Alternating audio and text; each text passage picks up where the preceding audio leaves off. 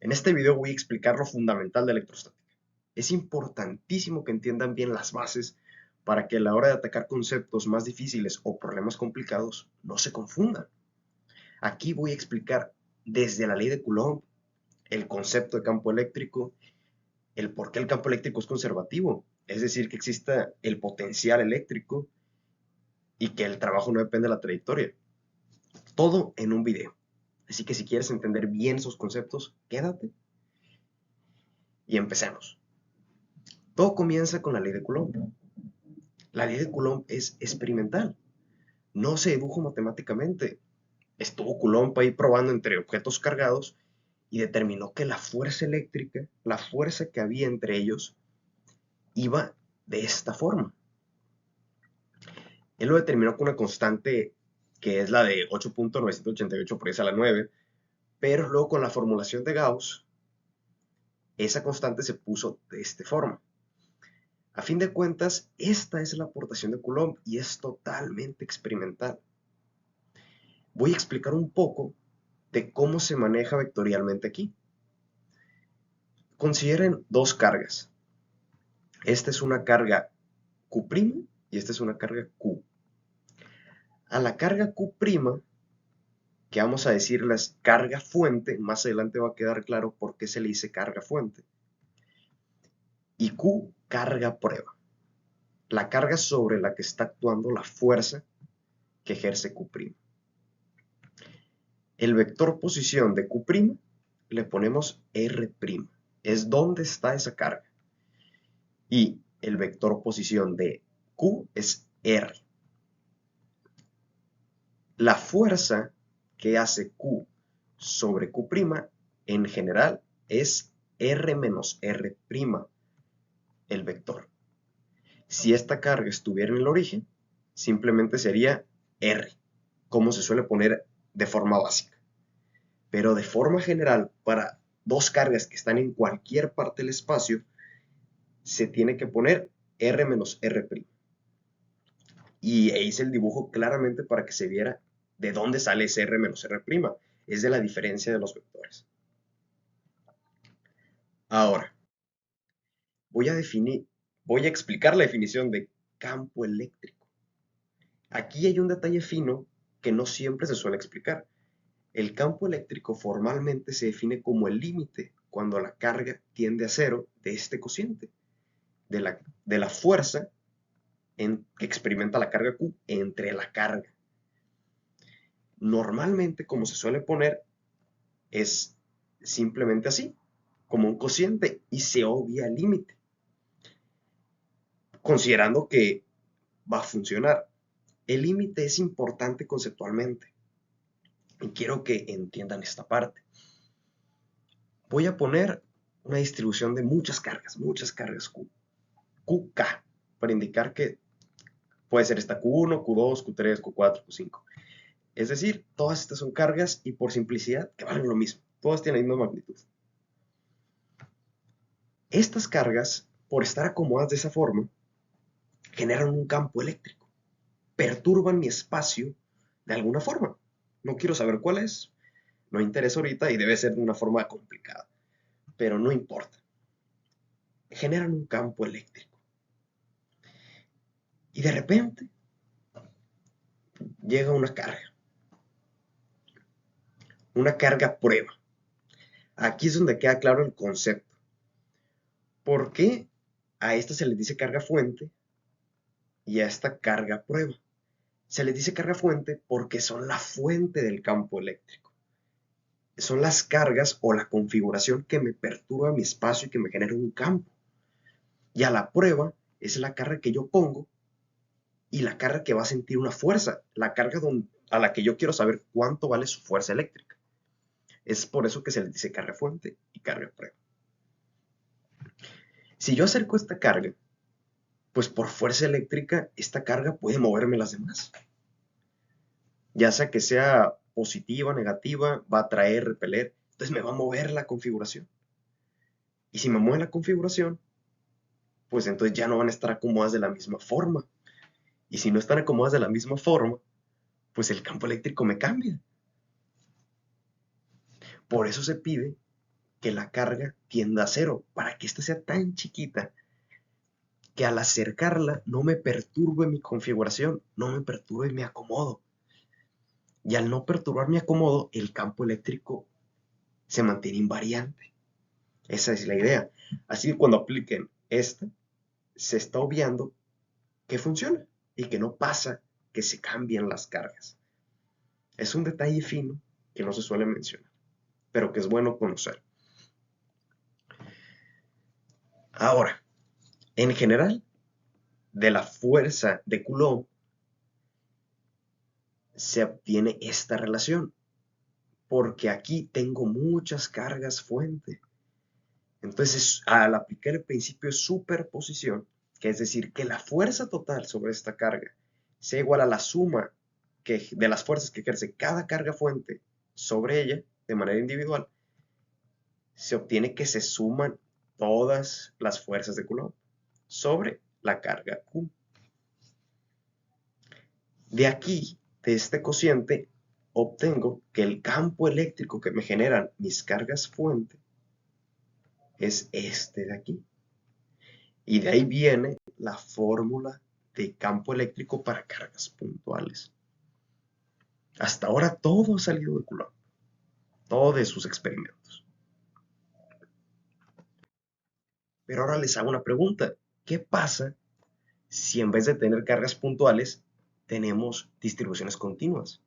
Alambres, esferas, superficies de cualquier tipo, cilindros. ¿Qué ocurre?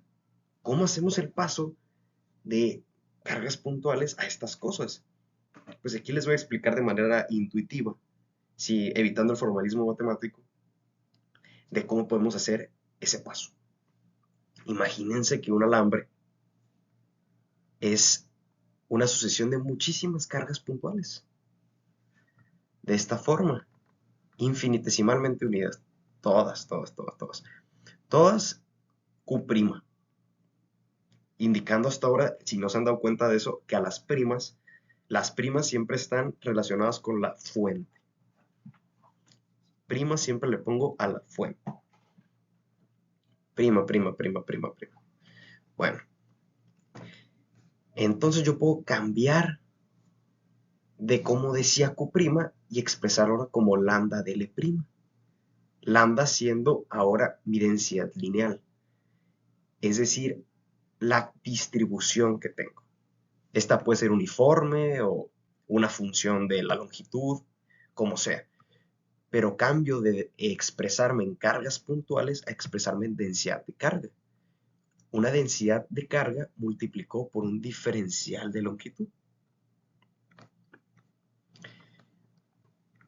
Yo puedo ser más específico y decir que esa densidad de carga depende de dónde están mis cargas.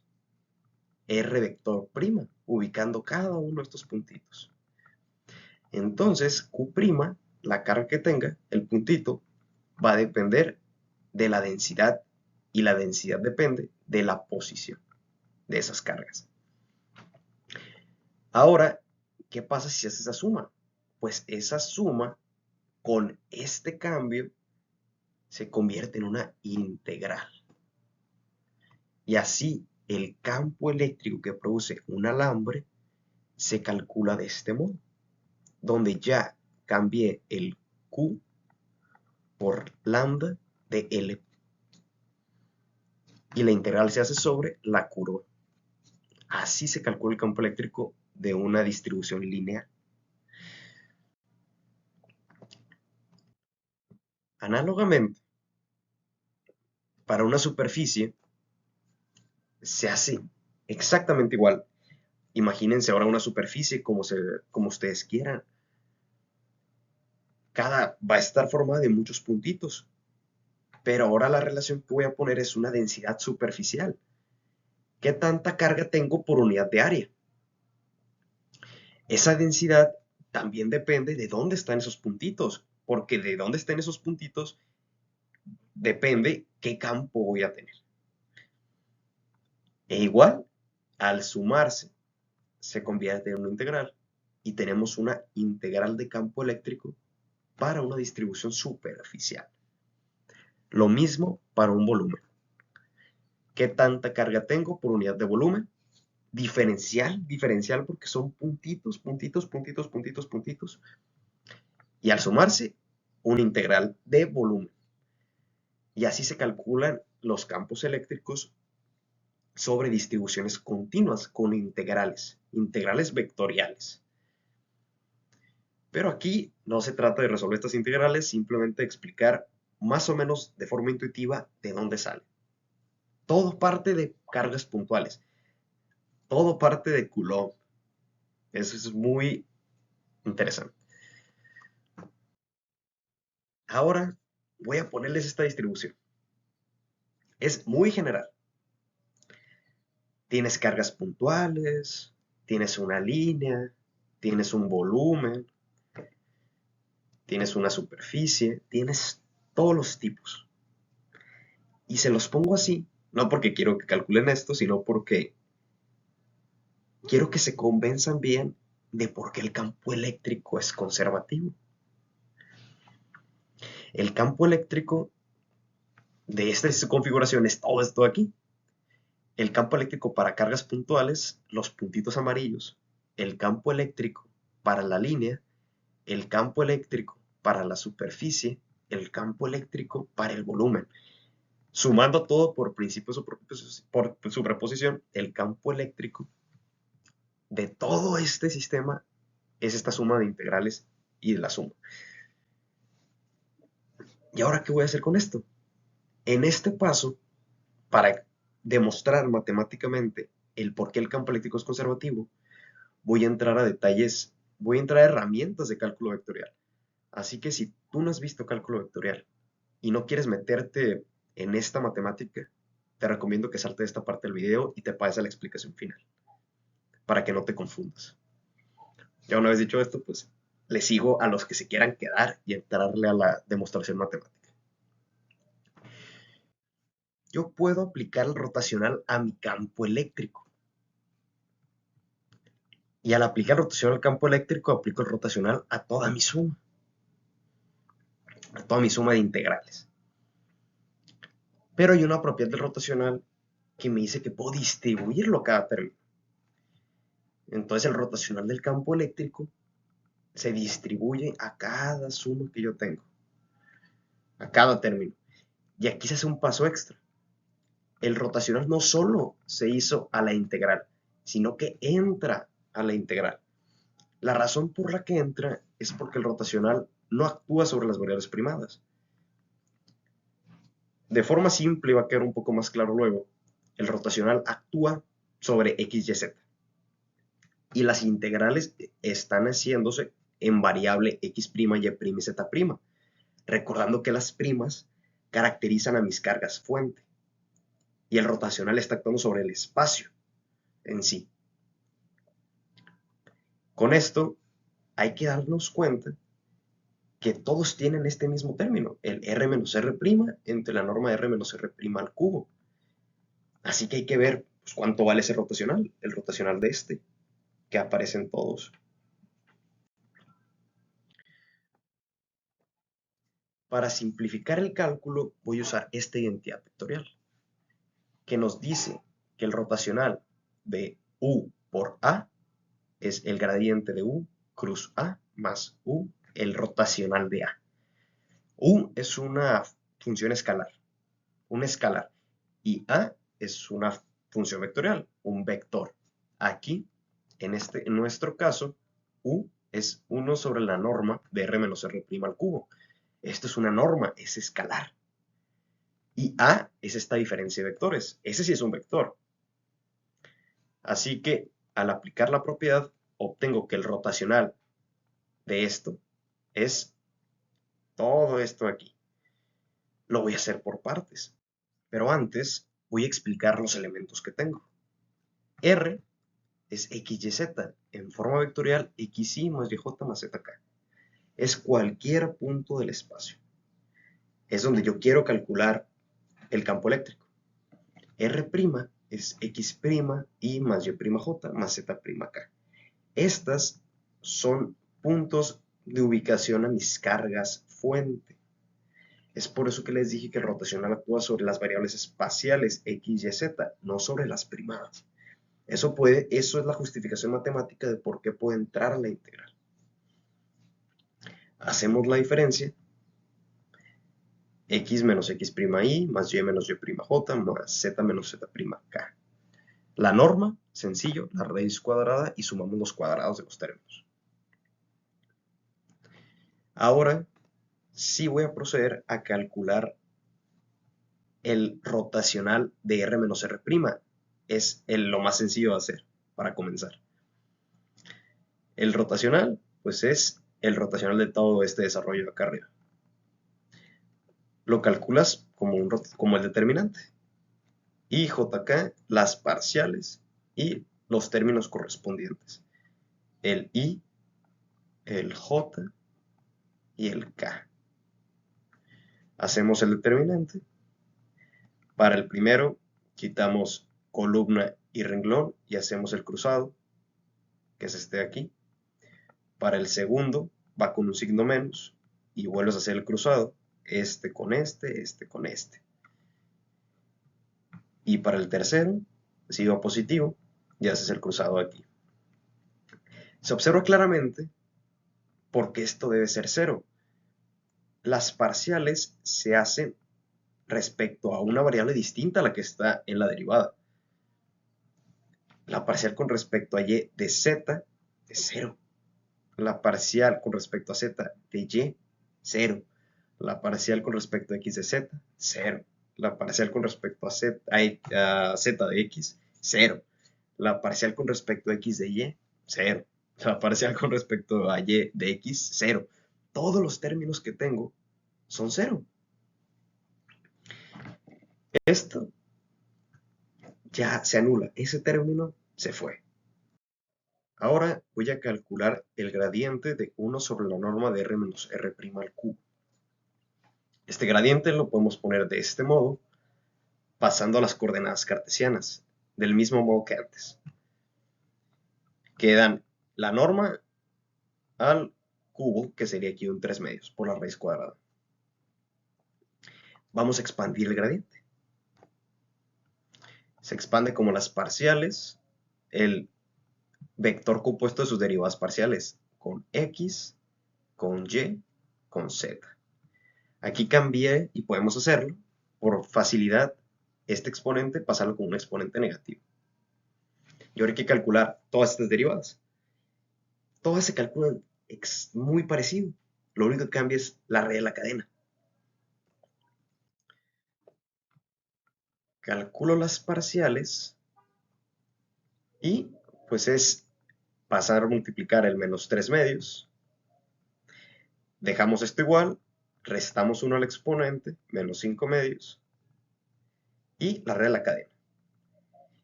Es una derivada con respecto a x, así que el único término que me importa es el que tiene x. La raíz de la cadena es 2 por x menos x'. Eso es para x. Y para y es lo mismo, solo que la raíz de la cadena es 2 por y menos y'. Y para z es 2 por z menos z'. Entonces ya tengo este gradiente. Lo voy a simplificar porque en todos tengo menos esto a la menos 5/2. Y el 2 se cancela aquí también. Entonces podemos pasarlo de una forma más simple. Podemos escribirlo como una fracción, aprovechando el término común que tenían todos.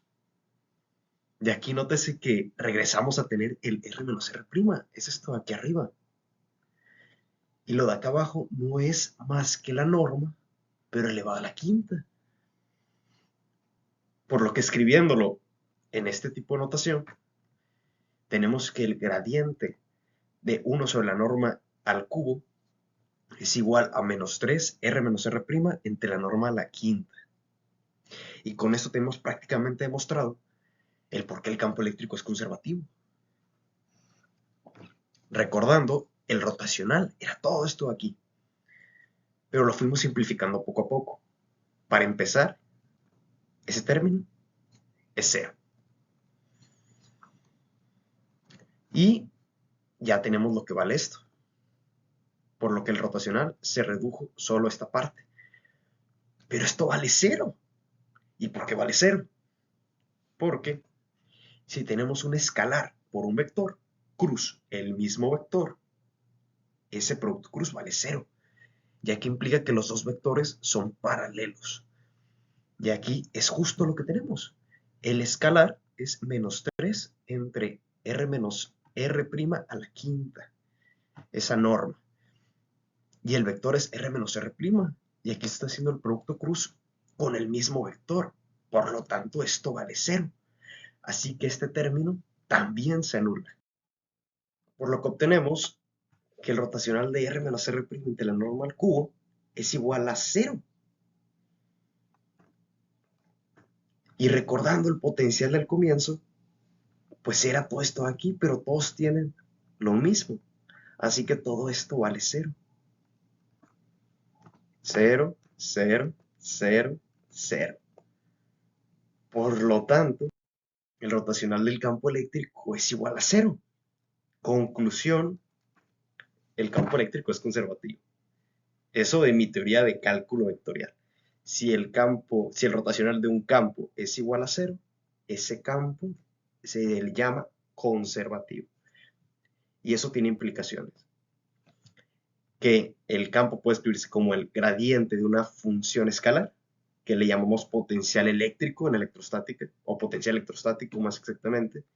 Y este menos no es de las matemáticas, es de la física. Es por física. El campo siempre va a zonas de menor potencial. Y la integral de línea vale cero. Esa es otra consecuencia. Esto está relacionado con que el trabajo no depende de la trayectoria. Ahora voy a hablar de un cambio en el lenguaje. Vamos a dejar de hablar, y es lo que se hizo después en el tiempo, dejaron de hablar de cargas y se pusieron a pensar en potenciales, aprovechando esa teoría. Entonces pasaron de lo físico a lo matemático.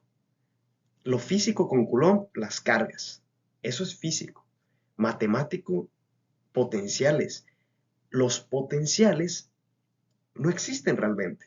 Son conceptos matemáticos que nos ayudan a resolver problemas y a interpretar mejor algunas cosas, pero realmente no existen. No puedes medir potencial. A pesar de que existen los voltímetros y esos aparatos, no miden directamente el potencial, miden otras cosas. El potencial eléctrico es un concepto matemático. Y aquí se hace un cambio. Combinando el teorema de Gauss, que es que la divergencia de E es igual a la densidad de carga entre epsilon 0, que es la forma diferencial de la más conocida ley de Gauss, en forma integral, y lo combinamos con el potencial eléctrico, obtenemos la ecuación de Poisson. Esta ecuación es una ecuación muy general que me describe cualquier problema electrostático. Es poderosísima y es el cambio de lenguaje que hubo en los físicos. Pasar de hablar de cargas a hablar de potenciales. Bueno, si te gustó el video, dale like, suscríbete al canal, déjame un comentario sobre qué te pareció, qué comprendiste, qué aprendiste de nuevo y gracias por verlo. Hasta luego.